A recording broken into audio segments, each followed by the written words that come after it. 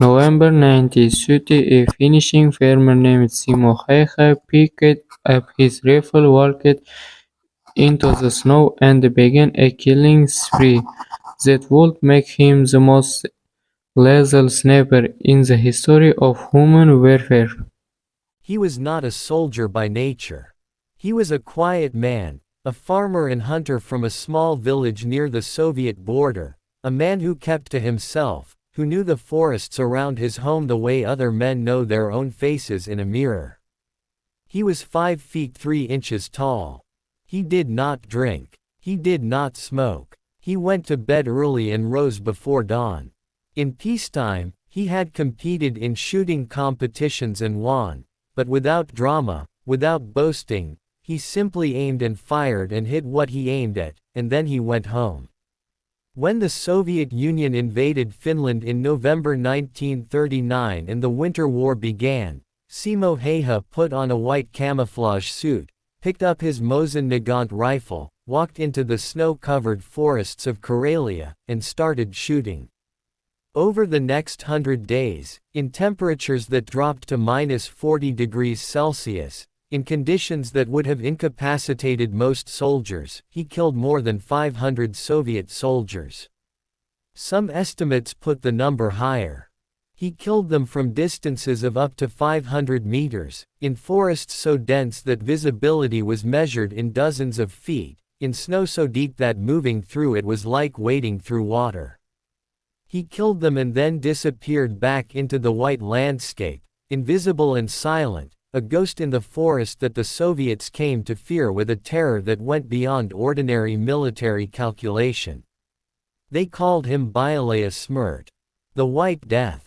But Häyhä was not alone in his lethal mastery. Across the Eastern Front, in the ruins of Stalingrad and the forests of Ukraine and the siege lines around Leningrad, other men and women were practicing the same terrible art. Lying still for hours in conditions of extremity, slowing their breathing, steadying their hearts, and reaching across hundreds of meters of open ground to end a human life with a single bullet. The Second World War produced snipers of extraordinary skill, men and women whose stories illuminate both the heights of human capability and the darkest dimensions of what war asks of its participants. This is the story of 3 of them. 3 people who became, in the crucible of the most destructive conflict in human history, the deadliest marksmen their nations had ever produced. 3 people whose lives and whose kills tell us something profound about courage, endurance, and the terrible intimacy of killing at long range. This is the story of the deadliest snipers in history. The Winter War between the Soviet Union and Finland began on November 30, 1939, and it began as a catastrophe for the Soviets.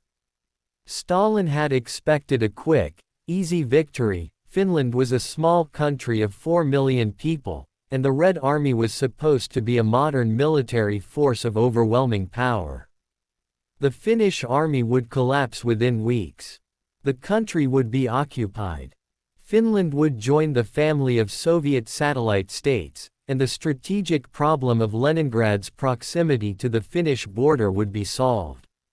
None of this happened. Instead, the Soviet army blundered into the Finnish forests and found itself fighting a nightmare.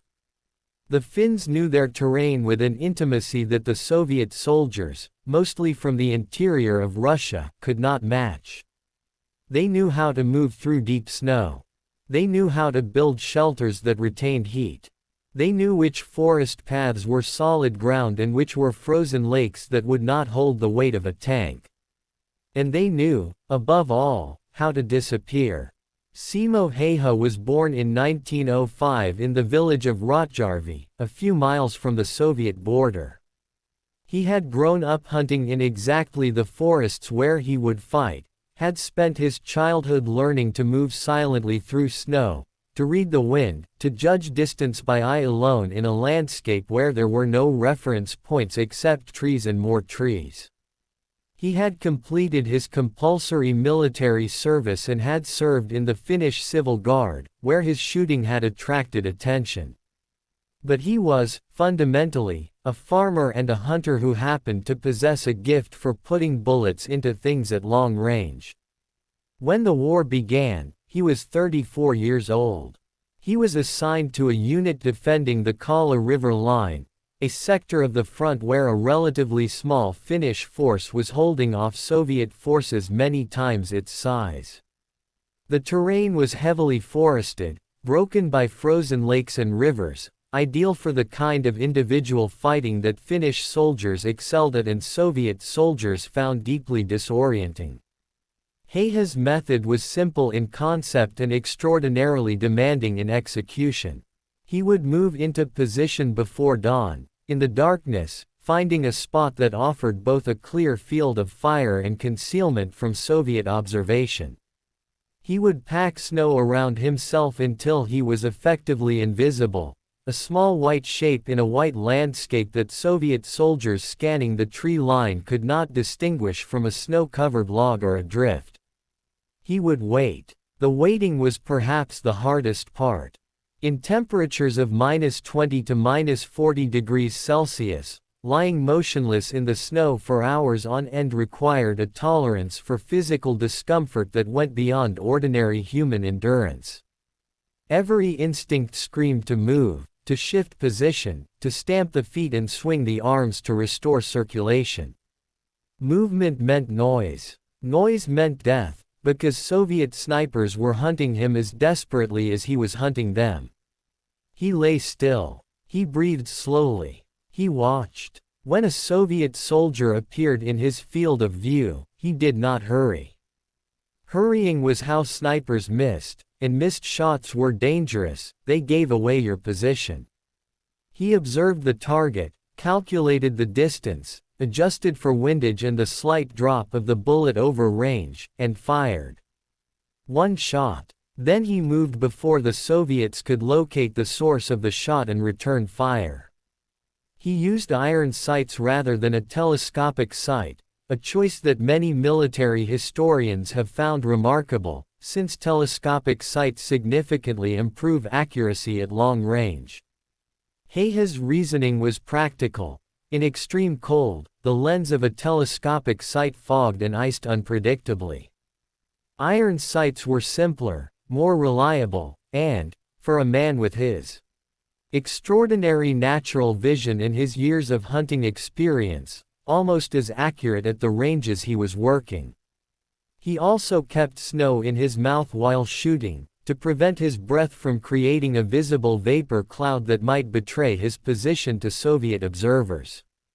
He sometimes supplemented his rifle with a Suomi KP-31 submachine gun for closer engagements.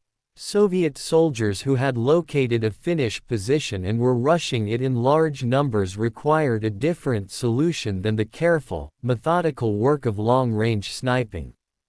Historical accounts credit him with an additional 200 kills with the submachine gun, though these figures are harder to verify than the sniper kills recorded in Finnish military records. The Soviet response to Häyhä became, over the 100 days of the Winter War, almost comically desperate. They sent counter-snipers, trained snipers whose specific mission was to locate and kill him. He killed the counter-snipers. They called in artillery strikes on areas where he had been operating, shelling the forest indiscriminately in the hope of hitting the invisible enemy. The shells exploded in the treetops and sent splinters through the snow and killed or wounded Finnish soldiers who happened to be in the wrong place, but not Häyhä. He was never in the wrong place. They offered rewards. They sent entire platoons to search the areas where he had been active. Nothing worked. The White Death continued to operate, day after day, in the forests along the Kala River, and the count of Soviet dead attributed to him continued to rise. On March 6, 1940, 11 days before the Winter War ended, a Soviet soldier fired an exploding bullet that struck Häyhä in the face. The round entered his left cheek, shattered his jaw, and blew away much of the lower left side of his face. His comrades found him unconscious and carried him from the field. He was in a coma for 11 days. Finnish doctors worked to save his life and partially succeeded. They could not restore what the bullet had taken, but they kept him alive. He regained consciousness on March 13, 1940, the day the Winter War ended. He had survived. He never fought again. Häyhä lived until 2002, dying at the age of 96. He became, in his old age, a minor celebrity. Journalists and historians sought him out, wanting to know how he had done what he had done, wanting some insight into the psychology of a man who had killed more than 500 people in 100 days. His answers were consistently modest and slightly baffling to people who expected profound reflections on violence and mortality. When asked what he thought about when he was shooting, he said, "Nothing special." When asked how it felt to kill so many men, he said, "I did what I was told to do as well as I could."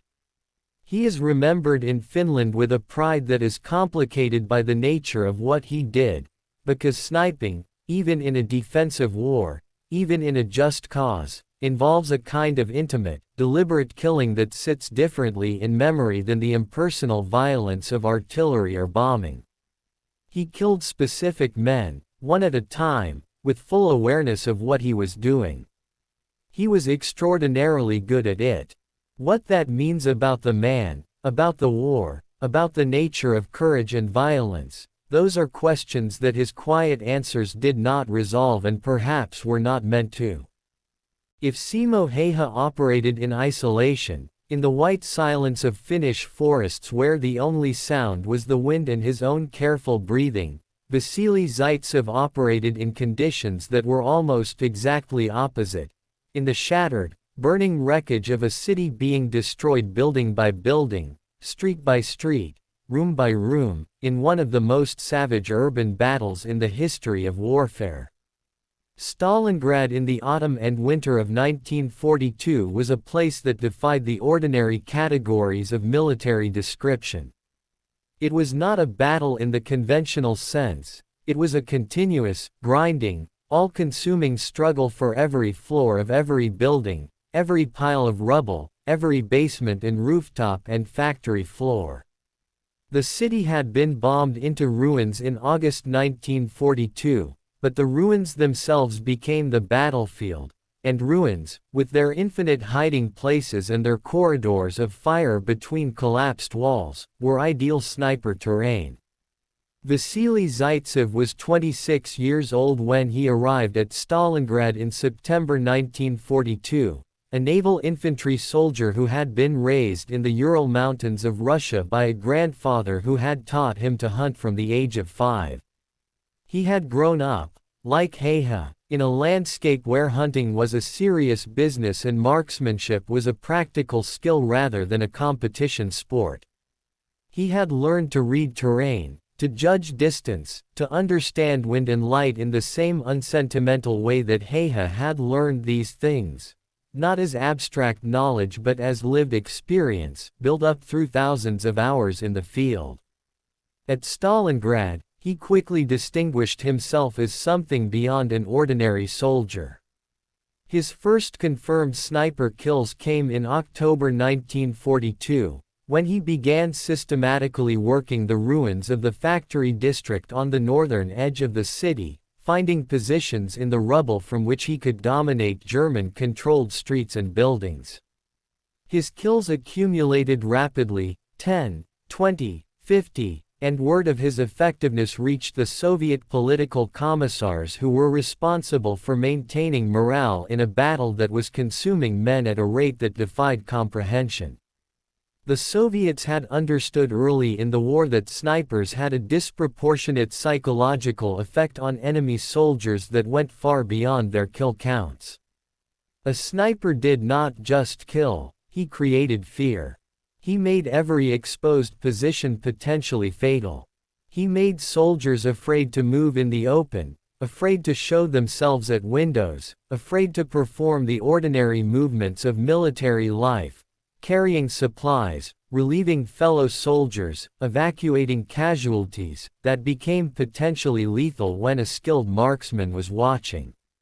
In Stalingrad, where the front lines were sometimes separated by a single wall or a single floor of a building, this psychological dimension was particularly intense. Zaitsev was made the centerpiece of a Soviet propaganda effort that was as sophisticated as it was effective. His kills were publicized. His methods were described in the Frontline newspaper. He was celebrated in speeches by political officers. Soldiers throughout the Stalingrad perimeter knew his name, knew his kill count, drew some measure of courage or inspiration from the knowledge that among them was a man who was systematically and methodically hunting the enemy. He also trained others. Zaitsev became, at Stalingrad, not just a sniper but a teacher of snipers, a man who shared his techniques with dozens of other Soviet soldiers and helped create what became known as the Zaitsev School of Sniper Tactics. His methods emphasized patience above all else, the willingness to lie motionless for hours in a position that offered good observation in a clear field of fire, waiting for the target to reveal itself. Rather than going in search of targets, he taught his students to think like hunters, to understand the patterns of their prey, to anticipate where a German soldier would need to be at particular times of day and to be waiting there before he arrived. The most famous episode of Zaitsev's time at Stalingrad, the episode that made him famous not just in the Soviet Union but eventually around the world, was his supposed duel with a German sniper known as Major Koenig, or alternatively as Heinz Thorwald, described in Soviet accounts as the head of the German army's sniper school in Berlin, sent specifically to Stalingrad to find and kill Zaitsev. The story of the duel, as Zaitsev told it in his memoirs, is extraordinary. For several days, he and Koenig hunted each other through the ruins, each man aware of the other's general location, each trying to identify the specific position before exposing himself to return fire. Zaitsev identified Koenig's position by observing the slight glint of light from the German's telescopic sight, positioned himself for a shot, used a helmet on a stick as a decoy to draw Koenig's fire and confirm his position, and then killed him with a single shot when Koenig rose slightly to observe the apparent target. The story has been disputed by historians. No German records have been found confirming the existence of a sniper named Koenig or Thorwald sent to Stalingrad to kill Zaitsev. The duel may be entirely true, or it may be partly or entirely a propaganda construct, a story that was useful to Soviet morale and has proved remarkably durable in popular culture.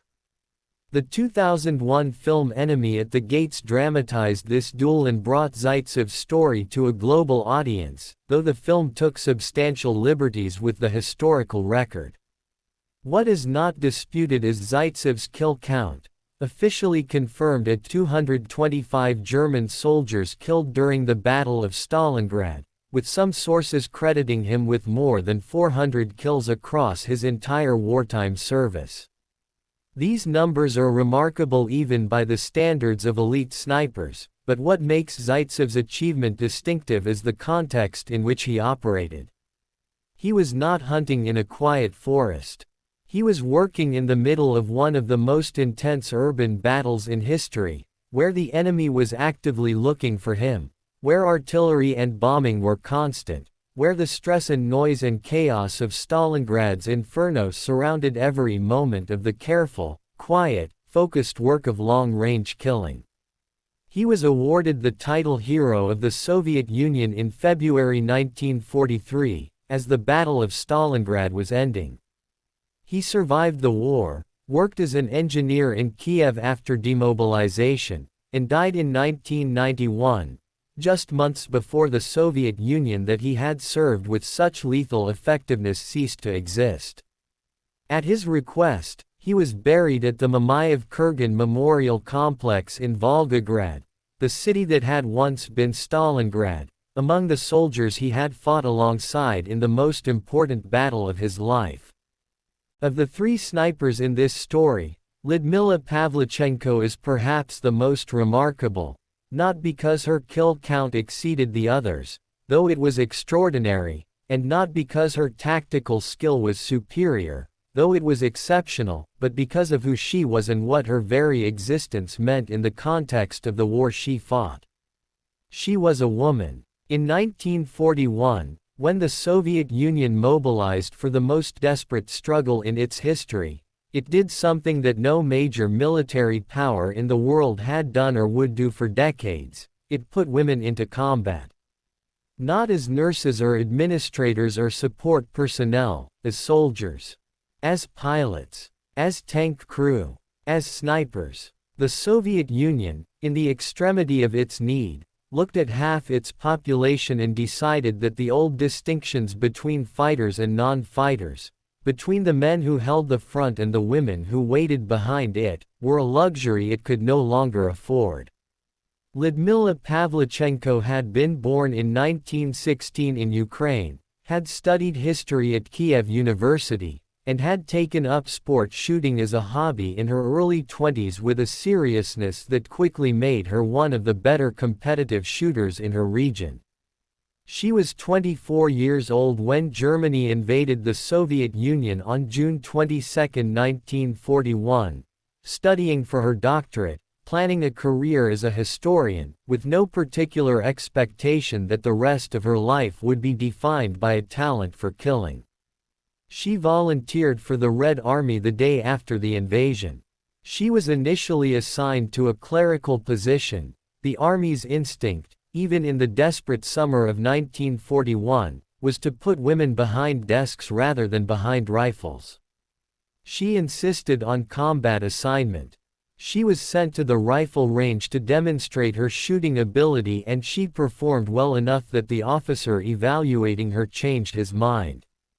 She was assigned to the 25th Chapayev Rifle Division and deployed to the front in Moldova, which was already being overrun by German and Romanian forces. Her first confirmed kills came in her first days at the front. Before she had even received formal sniper training, she was simply put in a position and told to shoot, and she did, and the men she aimed at died. She was, from the beginning, frighteningly good. Over the next year, fighting in Moldova, in the Odessa siege, and in the brutal Crimean campaign around Sevastopol, Pavlichenko accumulated a kill count that placed her among the most effective snipers in the entire Red Army. By the time she was withdrawn from combat in June 1942, wounded for the fourth time, her face partially damaged by mortar shrapnel, her confirmed kill count stood at 309. Of those 309, 36 were themselves enemy snipers, a particularly demanding category of kill, because hunting a sniper meant going up against someone with the same skills and the same patience as yourself, someone who was also watching, also waiting, also capable of killing you at ranges where your face was the size of a thumbnail. Pavlichenko's tactics were, in the tradition of the great snipers, built around patience and preparation. She studied her terrain exhaustively before taking position, identifying the German patterns of movement, noting where soldiers appeared at predictable times, mapping the fields of fire available from different positions. She worked frequently with a partner, another sniper or a spotter who could watch for threats while she focused on her shot, understanding that a lone sniper in enemy territory was vulnerable in ways that two could compensate for each other. She was also, by all accounts, completely cold-blooded in execution. There are accounts from fellow soldiers of watching her work, of seeing her lie motionless for 2, 3, 4 hours in conditions of extraordinary discomfort, ignoring the cold, ignoring the cramps, ignoring the distant sounds of the battle around her, focused entirely on the specific German soldier she had identified as her target. When the moment came, there was no hesitation. The shot was fired. The target fell. She noted the kill in her log and began looking for the next one. She was withdrawn from combat not by choice but by necessity. 4 wounds in a year was too much even for the Soviet Army's brutal calculus of who could still fight, and was sent to the United States and Canada on a goodwill tour designed to build support for the opening of a second front. This tour became one of the most remarkable episodes of her remarkable life. In America, Pavlichenko was something unprecedented, a Soviet female soldier with more than 300 confirmed kills, invited to speak at universities and rallies and official dinners, interviewed by newspapers and radio programs, photographed in her uniform with her medals. American audiences, many of whom had not fully grasped the scale and ferocity of the fighting on the Eastern Front, were confronted with a young woman who had personally killed more Germans than most American units had. The reaction was complicated. Some Americans were awed by her calm, direct manner, by the matter-of-fact way she talked about her kills, by the evidence she represented of how differently the Soviet Union was fighting the war. Eleanor Roosevelt, who met her in Washington and was immediately taken with her, became a champion of Pavlichenko's American tour and a personal friend. But some Americans responded with a discomfort that revealed more about their own assumptions than about her. Journalists at press conferences asked her about her hair, about her uniform, about whether she found it difficult to maintain her femininity at the front. One particularly obtuse reporter suggested that her uniform was not very glamorous. Pavlichenko, who had spent a year killing Germans in the mud of the Crimea, stared at him for a long moment and then said, with a patience she did not entirely feel, "There is no rule that says you have to be pretty on the front line." The comment was widely reported and widely admired. It became, in its small way, one of the more quoted lines of the Second World War, a rebuke delivered with perfect economy to a question that deserved rebuke. She returned to the Soviet Union after her tour, unable to return to combat because of her wounds, and spent the rest of the war training other snipers. She wrote a manual on sniper tactics that drew on her own extensive experience and that was used in the training of hundreds of Soviet snipers in the latter years of the war. She completed her doctorate in history after the war ended. She worked for decades as a historian at the Soviet Navy's headquarters in Moscow. She died in 1974 at the age of 58, too young, the result of health problems that her 4 wartime wounds had contributed to in ways that are difficult to fully document but easy to imagine. The Soviet government had honored her with the title Hero of the Soviet Union, the nation's highest award, and her image had appeared on postage stamps. But the particular kind of fame she had achieved during her American tour, the global recognition of what she had done and what it meant, faded as the Cold War deepened and the wartime alliance between the Soviet Union and the Western democracies dissolved into mutual suspicion. She deserves better remembering than she has generally received.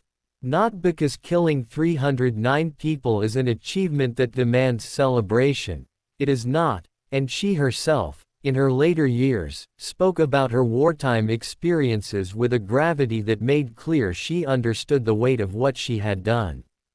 But, because she had done something that almost no one thought a woman could do, in circumstances of extremity that almost no one survives, and she had done it with a skill and a professionalism that placed her among the most capable soldiers that the Second World War produced on any side.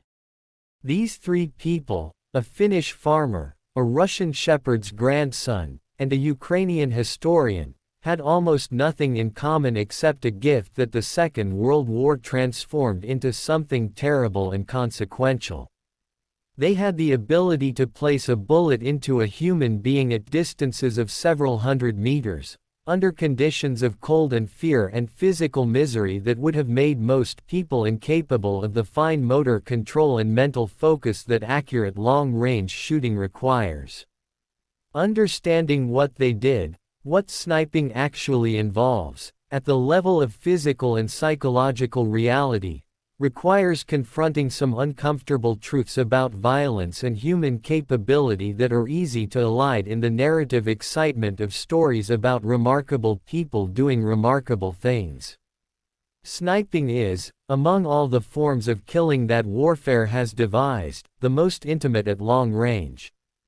An artilleryman fires a shell that travels miles and detonates among people he cannot see. A bomber drops ordnance on a target that is a shape on a map or a mark on a bomb site. A machine gunner firing into an advancing wave of infantry is responding to an immediate, terrifying threat in the chaos of close combat.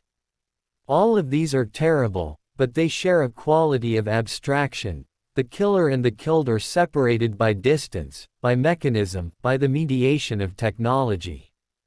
A sniper is different. A sniper chooses a specific person. He watches that person, sometimes for hours, studying their movements, waiting for the right moment.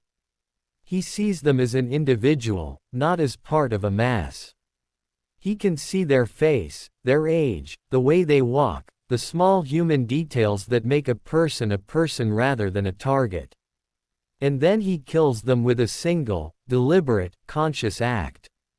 This is why snipers have always occupied a particular psychological space in military culture, regarded with a mixture of respect and unease, admired for their skill, feared for their effectiveness, and sometimes resented for the seemingly cold-blooded nature of what they do. There is a long tradition, especially in the German and American military traditions of the Second World War, of regarding snipers as somehow more sinister than other soldiers, as if the deliberateness of their killing placed them outside the norms of honorable combat. German soldiers captured after fighting Finnish snipers in the Winter War described a fear of the forest that was qualitatively different from the fear of artillery or air attack, a personal, targeted fear, the fear of being chosen, of being the specific individual whose death a patient, invisible enemy had decided to cause. Häyhä, Zaitsev, and Pavlichenko all dealt with this psychological dimension in their own ways. Häyhä's response, as we have seen, was essentially to deny that there was a psychological dimension, to treat what he did as a technical problem, a matter of marksmanship and fieldcraft, and to decline to examine it further. This approach worked for him. Apparently, he lived to 96 and does not seem to have been haunted by his wartime service in the way that many combatants are. Whether this reflects genuine psychological immunity or simply a determination not to speak about the inner life of the killing, it is impossible to say. Zaitsev was more reflective, particularly in his later years, about what Stalingrad had meant and what his role in it had cost him. His memoirs describe the battle with a vividness that suggests deep emotional engagement. He was not merely a killing machine but a man who experienced the full emotional range of close combat, who felt the deaths of comrades as personal losses, who understood that what he was doing existed in a moral universe even if he could not always navigate that universe clearly. His choice to be buried at Mamayev Kurgan, among the dead, among the city that had been the defining experience of his life, speaks to something that goes beyond the professional pride of a skilled soldier. Pavlichenko is perhaps the most interesting psychologically, partly because her American tour forced her to articulate what she had done in public, to an audience that was simultaneously admiring and troubled, and she had to find words for something that does not yield easily to words. She spoke about necessity, about the war, about what it required, about the choice between killing and being killed that confronted every Soviet soldier in those years. She did not glorify what she had done. She did not minimize it. She accepted it as what it had been, a necessary thing, done in service of her country's survival, done as well as she could do it, at a cost she was willing to pay and that she paid for the rest of her life. What all three of these snipers shared, beyond their technical mastery, was a particular relationship with patience, a capacity for stillness and waiting that is, in its own way, a kind of discipline as demanding as any physical training. The enemy soldier who never appeared because you were in the wrong position, the shot that was not taken because the conditions were not right, the hours of absolute motionlessness in cold and discomfort, these were the texture of the sniper's war, far more than the moments of firing. Most of what Häyhä and Zaitsev and Pavlichenko did in their time at the front was wait. The killing was the culmination of the waiting, the brief violent resolution of hours or days of patient observation. This is a quality that warfare in the modern era has largely engineered away. The drone operator who observes a target on a screen from a base in Nevada, the cruise missile programmed to a GPS coordinate, the artillery round guided by laser, all of these represent the progressive removal of patience and stillness from the act of killing at distance. The sniper is almost anachronistic in contemporary warfare, a throwback to a more primitive relationship between the individual human body and the act of combat. And yet snipers remain a significant element of modern military doctrine, precisely because they offer something that no technology can fully replicate: the capacity for discrimination, for choosing the specific target rather than the area, for precision that is not just mechanical but cognitive. The three snipers of this story lived in a world without precision-guided munitions, without drones, without the technological mediation that separates modern soldiers from the immediate physical reality of killing. They killed with their eyes and their hands, with muscles trained by years of practice, with minds that had learned to remain calm under the most extreme pressure that a human being can experience. They were, each of them, extraordinary, in their skill, in their endurance, in their willingness to do what their wars required of them. Whether we should admire them is a question that each reader must answer for themselves. What cannot be denied is that they were remarkable, three individuals who, in the worst circumstances that the 20th century produced, found within themselves a capacity for focused, deliberate, extraordinary violence that helped their countries survive. The Finnish farmer who lay in the snow for 100 days. The Russian shepherd's grandson who haunted the ruins of Stalingrad. The Ukrainian historian who told an American journalist that there was no rule requiring you to be pretty at the front. The deadliest snipers in history. Three people who understood, at the most fundamental level, what their wars required of them, and who delivered it, shot by patient shot, until the wars were over and they could go home and try to be something other than what the fighting had made them.